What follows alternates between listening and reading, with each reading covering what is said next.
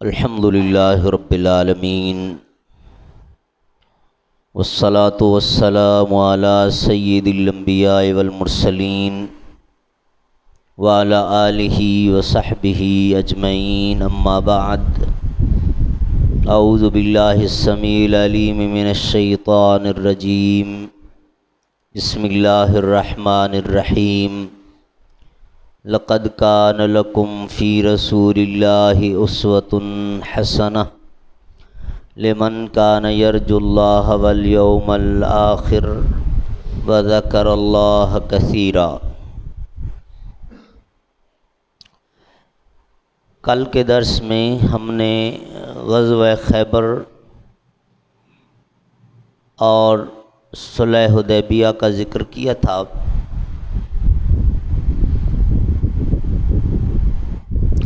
بلکہ غزوہ بنو مستلق کو بھی ہم ڈسکس کر چکے ہیں۔ آج کا جو ہمارا موضوع ہے وہ غزوہ خیبر کے بعد جنگ موطا ہے، اور یہ معرکہ رسول کریم صلی اللہ علیہ وسلم کی حیات طیبہ میں سب سے بڑا خون ریز معرکہ کہلاتا ہے۔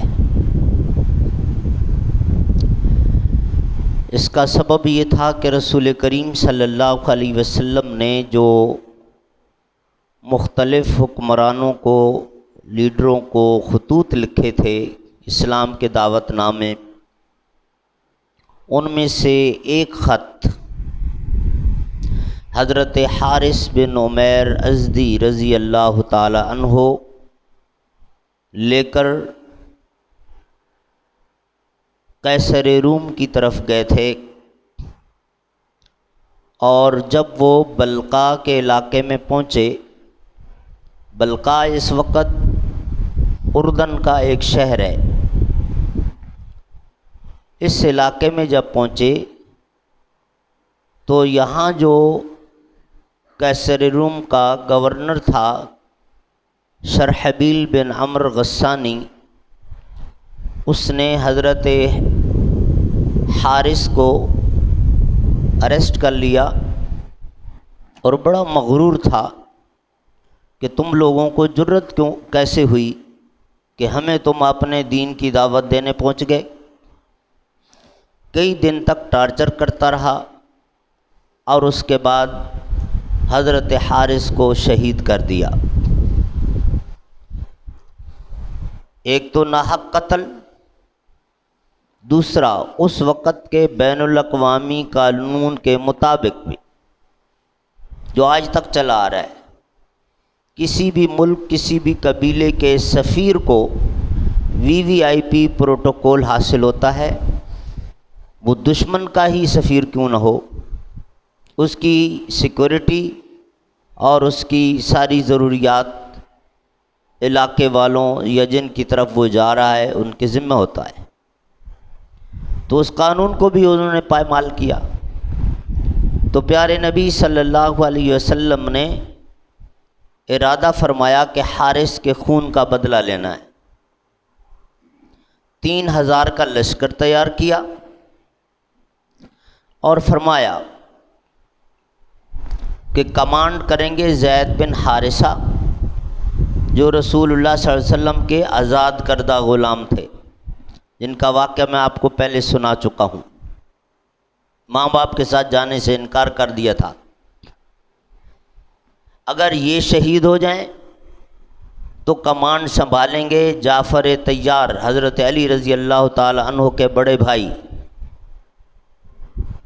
اگر یہ بھی شہید ہو جائیں تو پھر کمانڈ سنبھالیں گے عبداللہ بن رواحہ رضی اللہ تعالی عنہ، اور اگر یہ بھی شہید ہو جائیں تو پھر تم اپنے لشکر میں سے جس کو چاہو امیر مقرر کر لینا، ایک بڑی فوج کے ساتھ تمہارا ٹکراؤ ہوگا، لیکن گھبرانا نہیں، ثابت قدمی سے آگے بڑھنا، اللہ تمہاری مدد کرے گا۔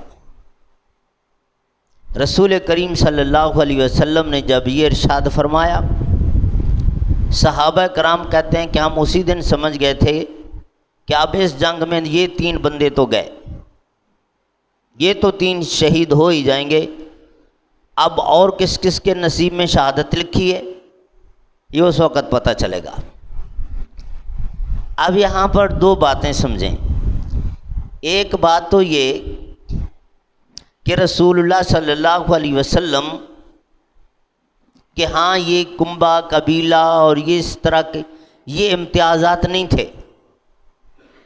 زید باہر سے آئے ہوئے اور غلام کے طور پہ آئے تھے، رسول اللہ صلی اللہ علیہ وسلم نے ان کو آزاد کیا تھا، لیکن یہاں پر ان کو امیر لشکر بنا کے بھیج رہے، اتنا بڑا اعزاز عطا فرما رہے ہیں۔ اپنے چچا زاد بھائی حضرت جعفر کو دوسرے نمبر پہ رکھا۔ دوسری بات کہ ان لوگوں کی شجاعت، بہادری اور رسول اللہ صلی اللہ علیہ وسلم کے حکم پر اپنی جان قربان کرنا کس طرح یہ سعادت سمجھتے تھے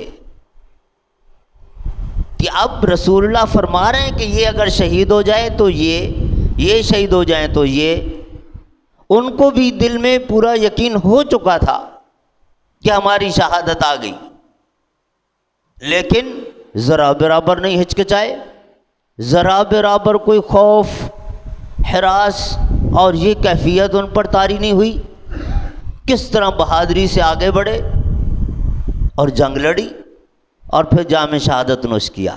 گھبرانے والے لوگ نہیں تھے۔ اور یہی بات دشمن نے بھی جا کے بتائی تھی کہ دیکھو جس طرح ہم زندگی سے پیار کرتے ہیں، محمد صلی اللہ علیہ وسلم کے ساتھی موت سے اتنا پیار کرتے ہیں۔ جو شخص خود مرنے کے لیے تیار بیٹھا ہے اس سے بڑا بہادر کون ہوتا ہے؟ بہرحال لشکر روانہ ہوا، جمادی الاولیٰ کا مہینہ، ہجرت کا 8واں سال۔ جب یہ لوگ اس علاقے بلقا ہی کے علاقے کے قریب پہنچے تو ان کو اطلاع ملی کہ دشمن کیسر روم کا کمانڈر ہرقل 2 لاکھ فوج تیار کر کے بیٹھا ہے۔ 1 لاکھ تو بالکل پوری ریڈی بیٹھی ہے اور دوسری تیاری کر رہی ہے، لیکن تعداد 2 لاکھ، بعض نے 1.5 لاکھ بھی لکھی۔ اب صحابہ کرام نے آپس میں مشورہ کیا کہ دشمن کو ابھی معلوم نہیں ہے کہ ہم یہاں تک پہنچ چکے ہیں، کیا کیا جائے؟ چپ چاپ واپس چلے جائیں، رسول اللہ صلی اللہ علیہ وسلم کو بتائیں کہ وہاں تو بہت بڑی فوج ہے، ہمیں مزید فوجی دی دیے، پھر دوبارہ آئیں۔ لیکن حضرت عبداللہ بن رواحہ رضی اللہ تعالیٰ عنہ جو تیسرے کمانڈر تھے، انہوں نے کھڑے ہو کر ایک خطبہ دیا اور اس میں انہوں نے 2 ٹوک کہا کہ دیکھو رسول اللہ صلی اللہ علیہ وسلم نے اسی وقت فرما دیا تھا کہ ایک بڑی فوج کے ساتھ تمہارا ٹکراؤ ہونا ہے، ضروری تھوڑی ہے کہ رسول اللہ صلی اللہ علیہ وسلم پورا فگر تمہیں بتا دیں کہ لاکھ ہے، 1.5 لاکھ ہے، 2 لاکھ ہے۔ اشارہ دے دیا، بات ختم، گھبراؤ نہیں۔ کیا ہوگا؟ مریں گے نا، زیادہ سے زیادہ موت ہی ہے، تو شہید ہوں گے، اس سے بڑی سعادت کیا ہے؟ اور اگر زندہ بچے تو توحید کے جھنڈے گاڑ کے جائیں گے، ہم تو دونوں طرح سے فائدے میں، لہٰذا واپس جانے کی باتیں نہ کرو۔ آپ صلی اللہ علیہ وسلم نے فرما دیا تھا کہ ہمت پکڑنا، استقامت دکھانا، آگے بڑھو۔ اسی پر فیصلہ ہو گیا۔ اور اس کے بعد جب دشمن کو پتہ چلا وہ بھی خوش ہو گئے کہ ہمیں مدینہ نہیں جانا پڑا، وہ تو مدینہ کی تیاری میں بیٹھے تھے۔ 2 لاکھ اور ٹوٹل آبادی مدینہ کی 2.5 سے 3 ہزار۔ بہرحال مقابلہ ہوا، جنگ شروع ہوئی، اور پھر یوں تو ان کے بندے زیادہ مارے جا رہے تھے شروع ہی میں، لیکن ہمارا بڑا نقصان یہ ہوا کہ پہلے حملے کے دوران ہی تینوں کمانڈر یک کے بعد دیگرے. پہلے حضرت زید بن حارثہ شہید ہو گئے، فوراً حضرت جعفر طیار نے کمانڈ سنبھالی، پھر وہ بھی شہید ہو گئے. ان کا میں نے واقعہ آپ کو سنایا تھا کہ بازو کٹا تو کس طرح انہوں نے، اور اس کے بعد دوسرا بازو بھی کٹ گیا تھا. اب ایک بازو بھی نہیں ہے، لیکن جھنڈا مسلمان آرمی کا اپنے منہ میں لے کر کھڑے ہیں.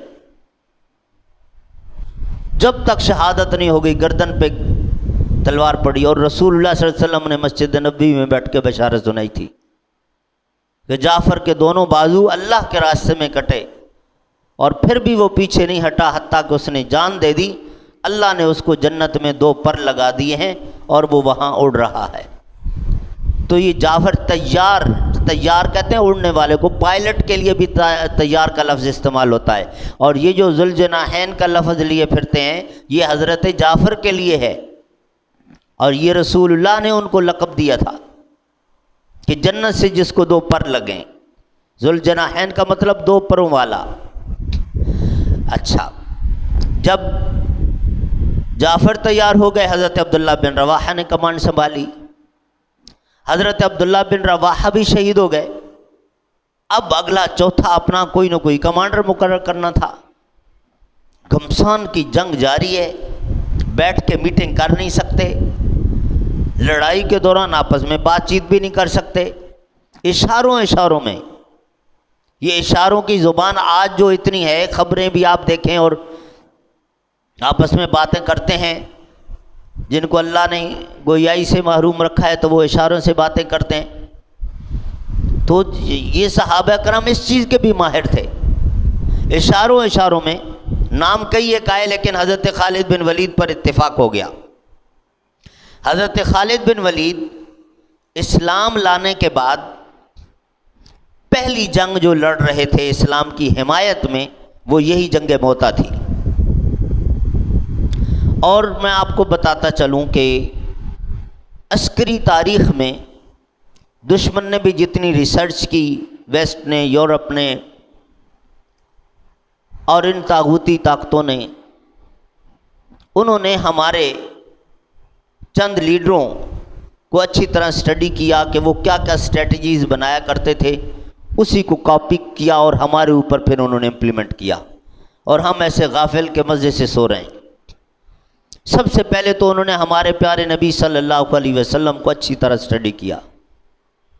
اس کے بعد حضرت خالد بن ولید کو، مثنى بن حارثہ کو اور زید طارق بن زیاد کو، ان 4 کو جنگی معاملات میں انہوں نے ان کی اسٹریٹجیز کو کاپی کیا.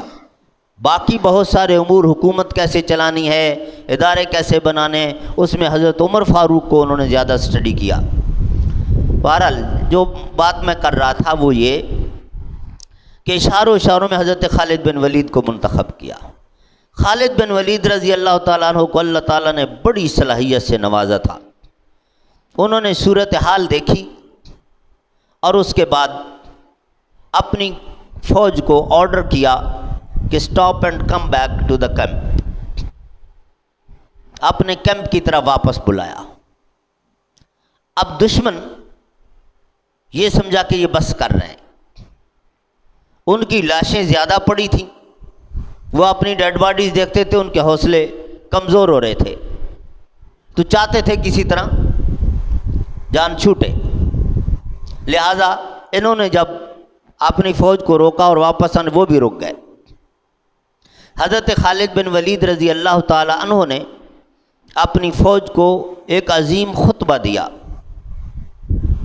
اور پھر ترتیب بدل ڈال دی، پوری فوج کی ترتیب الٹ کر دی.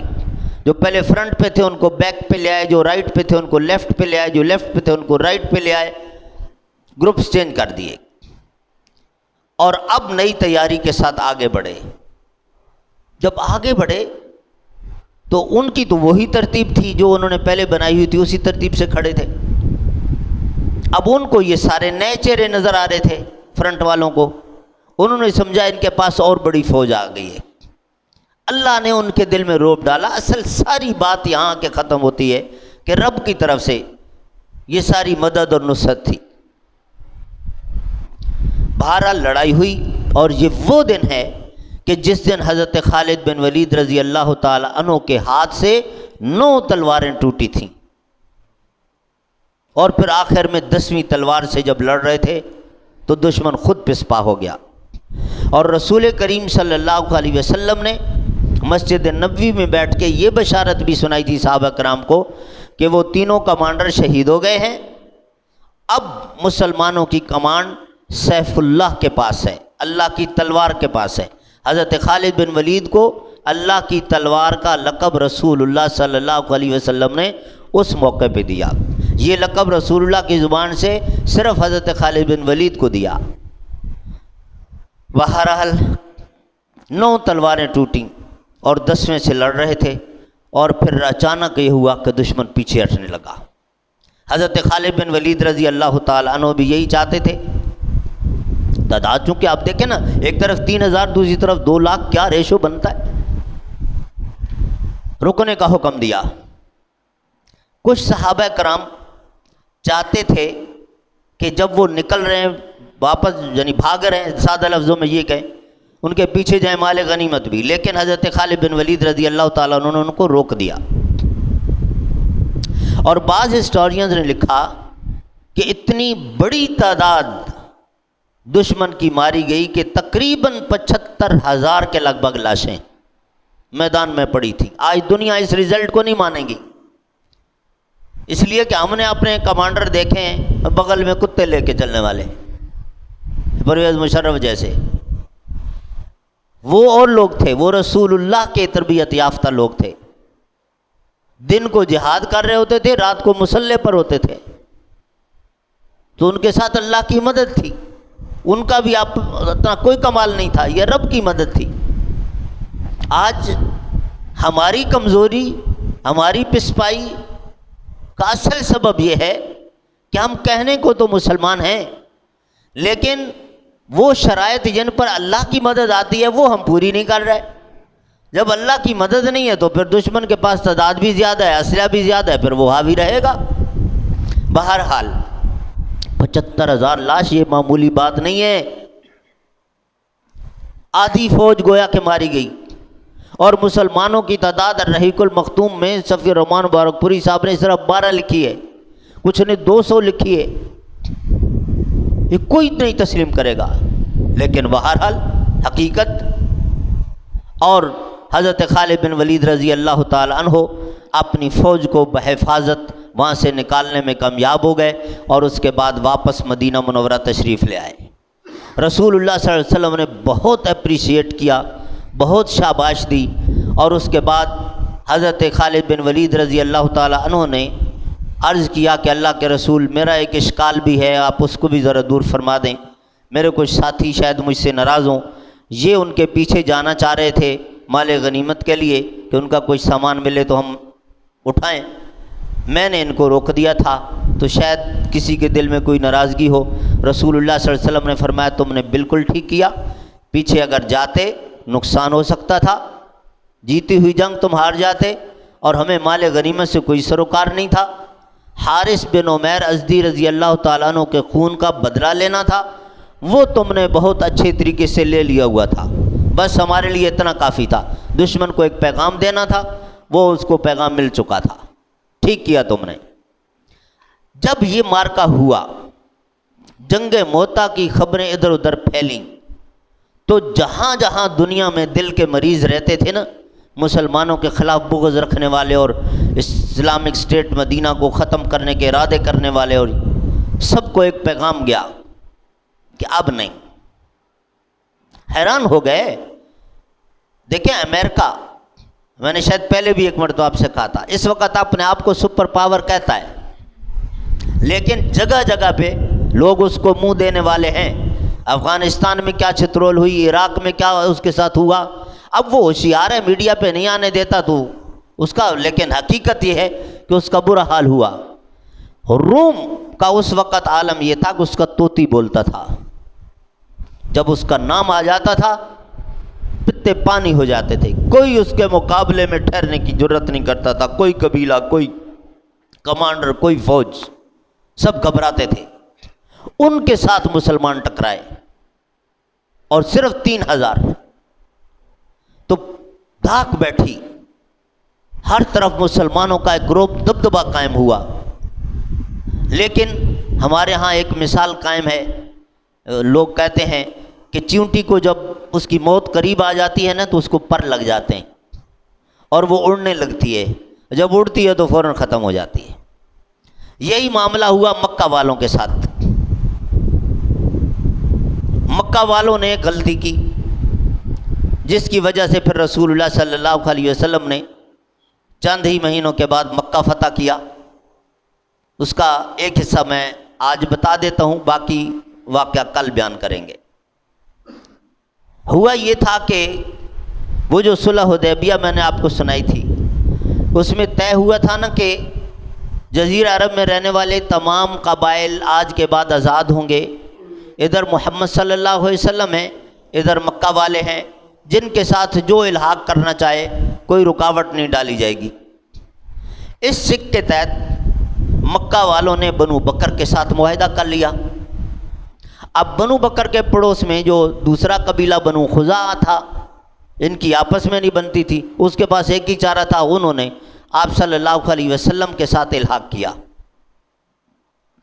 اب معاہدے میں یہ تھا کہ آئندہ 10 سال تک آپس میں جنگ نہیں ہوگی، اور یہ جو حلیف قبیلے ہیں یہ بھی اس کی پابندی کریں گے۔ لیکن مکہ والوں کا جو حلیف قبیلہ تھا بنو بکر، انہوں نے اچانک بنو خزاعہ پر حملہ کر دیا بغیر کسی وجہ کے۔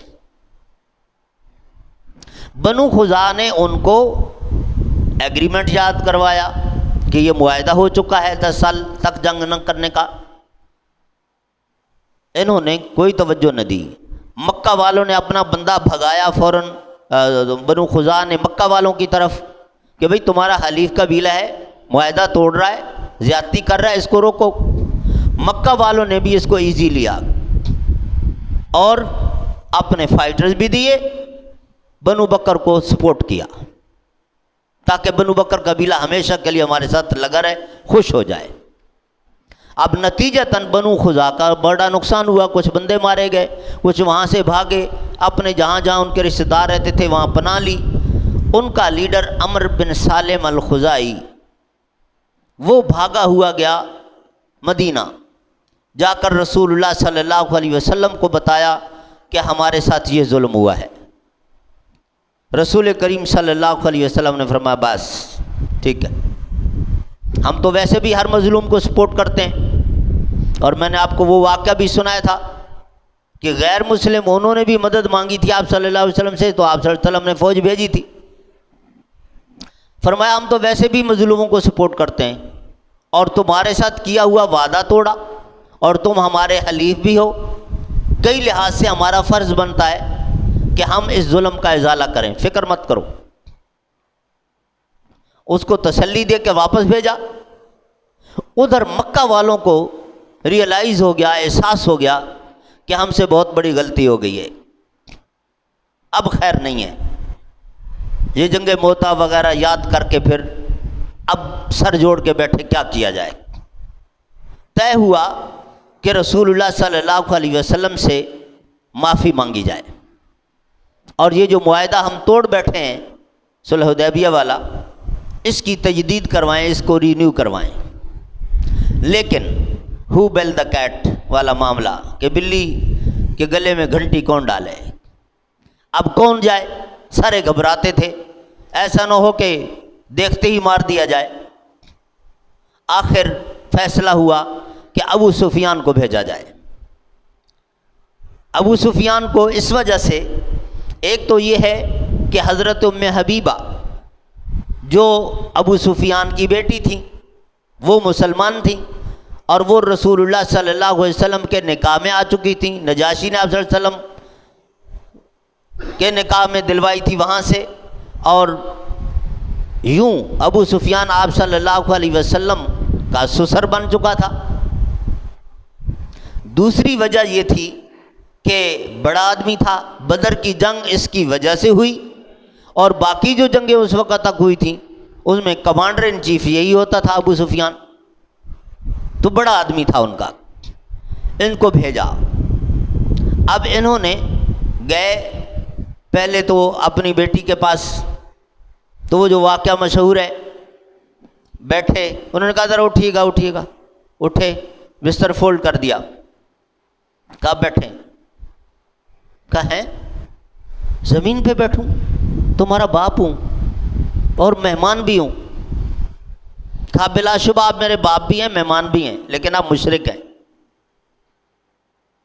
یہ میرے پیارے نبی کا پاک بستر ہے، اس میں کسی مشرک کو نہیں بیٹھنے دوں گی۔ دیکھیں ذرا انداز، جب یہ کہا حضرت ام حبیبہ نے تو اب بیٹی کے ساتھ ناراض ہو گئے، اگلی کوئی بات کر ہی نہ سکے۔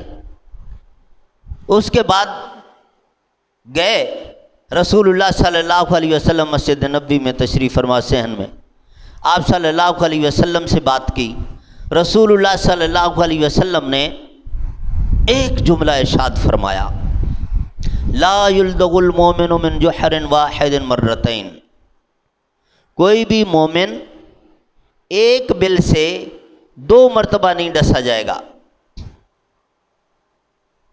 کچھ لوگ دیہاتی بھی بیٹھے ہیں، اس بات کو سمجھیں گے، ایک بل سے 2 مرتبہ نہیں ڈنگ کھائے گا، نہیں ڈسا جائے گا۔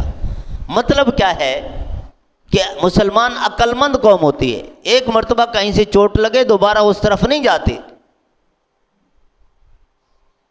رسول اللہ نے یہ الفاظ ارشاد فرمائے اور چہرہ پھیر لیا، دیکھا بھی نہیں۔ ایک سٹرونگ میسج دیا کہ جناب بلا شبہ ہم معاف کرنا پسند کرتے ہیں، معاف کرنا ہمیں بڑا اچھا لگتا ہے، لیکن جہاں ضرورت پڑے وہاں چھترول بھی کرتے ہیں۔ خاطب الناس علی قدر عقولہم، جیسا منہ ویسا تھپڑ۔ تم نے کیا سمجھا کہ جب چاہو واردات کر لو اور پھر آ کے منت سماجت کر کے ہم سے معافی بھی لے جاؤ؟ نہیں، اب ہم تمہیں دوسرا سبق دیں گے۔ سمجھ گیا ابو سفیان، عربی تھا، الفاظ سے ہی سمجھ گیا کہ کیا میسج ہے۔ وہاں سے اٹھا، اب سوچنے لگا کس کے پاس جاؤں؟ حضرت فاطمہ کے پاس، حضرت فاطمہ اور حضرت علی کے پاس چلا گیا کہ آپ میری سفارش کرو، رسول اللہ میری بات نہیں سن رہے۔ انہوں نے کہا کہ بھئی یہ بڑوں کے معاملات ہیں، ہم بات نہیں کر سکتے۔ اب سوچا بڑا کون، تو صاف ظاہر ہے سب کو پتہ تھا، پھر بڑوں میں سب سے قریبی حضرت ابو بکر صدیق تھے۔ حضرت ابو بکر صدیق کے پاس گیا، حضرت ابو بکر صدیق نے کہا بھائی یہ معاملہ ایسا ہے کہ میں بھی رسول اللہ سے بات نہیں کر سکتا ہوں، میری رسول اللہ کے ساتھ محبت اور ان کی میرے ساتھ محبت، وہ سارا کچھ اپنی جگہ پہ، لیکن میں دیکھ رہا ہوں حالات، یہ مسئلہ ایسا ہے کہ میں بھی آپ صلی اللہ علیہ وسلم، دیکھیں یہ لیڈرشپ ہوتی ہے۔ رسول کریم صلی اللہ علیہ وسلم کا جو صحابہ کرام کے ساتھ عمومی طور پہ رویہ ہوتا تھا، ہر صحابی یہ سمجھتا تھا کہ جتنا میرے ساتھ محبت ہے اتنی کسی کے ساتھ نہیں ہے، اور میں جو بات بھی کہوں گا میری ہر بات رسول اللہ مان لیں گے۔ لیکن جہاں ریزرو رہنا ہوتا تھا تو رسول اللہ صلی اللہ علیہ وسلم ریزرو بھی پھر ایسا رہتے تھے کہ ابو بکر صدیق جیسا بندہ کہہ رہا ہے کہ بھائی اس سلسلے میں بات نہیں کر سکتا ہوں، میں نہیں بات کر سکتا۔ بات کرنا اور مانی جائے نہ مانی جائے بعد کی بات ہے، چلے میں تو بات کروں، کہا نہیں میں بات ہی نہیں کر سکتا ہوں۔ لیڈرشپ۔ بہرحال انہوں نے جواب دے دیا، اب سوچنے لگا اور بڑا کون ہے، قسمت کا مارا پھر حضرت عمر فاروق کے پاس چلا گیا۔ اب ان کا تو پھر اپنا جواب ہوتا تھا، جو ہی ان کے ساتھ جا کے بات کی تو انہوں نے کہا شکر کرو ابھی تک زندہ ہو، اگر تم ہمارے پاس ایک سفیر کے طور پہ نہ آئے ہوتے تو اب تلک تمہاری لاش کو کتے نوچ رہے ہوتے۔ گیٹ آؤٹ، معافیاں مانگتا، اب بتاتے ہم تمہیں۔ کانپتا ہوا اٹھا کے کہیں ماری نہ دے، یا واپس جا کر مکہ والوں کو بتایا کہ بھائی یہ معاملہ ہوا میرے ساتھ، یہ سلوک کیا گیا، اب خیر نہیں ہے، اب مسلمان نہیں چھوڑیں گے۔ کچھ لوگ، کچھ نوجوان مکہ والے، نہیں ہم یہ، ہم ان کا بچہ، اب وہ پوزیشن نہیں ہے۔ بہرحال یہ پیغام ان کو پہنچ گیا۔ ادھر رسول کریم صلی اللہ علیہ وسلم نے اپنے صحابہ کرام کو آرڈر کر دیا کہ تیاری کرو، مکہ والوں نے غداری کی ہے، اور یہ ظلم کیا ہے، بنو خزاعہ کے اتنے بندے مار دیے، اب ان سے ان کا بدلہ بھی لینا ہے، جو معاہدہ انہوں نے توڑا ہے اس کی سزا دینی ہے اور مکہ فتح کرنا ہے، تیاری کرو، لیکن اس کو کنفیڈنشل رکھنا، سیکریٹ رکھنا، مکہ والوں کو اطلاع نہ کرنا۔ یہ آپ صلی اللہ علیہ وسلم نے آرڈر کیا۔ لیکن اس کے بعد کیا ہوا، حضرت حاتب بن ابی بلتہ نے خط لکھا، پھر اس پر رسول کریم صلی اللہ علیہ وسلم پر اللہ کی طرف سے کیا وحی آئی، اور پھر اگلا معاملہ کیسے چلا، فتح مکہ کیسے ہوئی، یہ انشاءاللہ ہم کل بیان کریں گے۔ اللہ رب العالمین ہم سب کو اپنے پیارے نبی صلی اللہ علیہ وسلم سے سچی محبت نصیب فرمائے۔ سبحان ربک رب العزت عما یصفون وسلام علی المرسلین والحمد للہ رب العالمین۔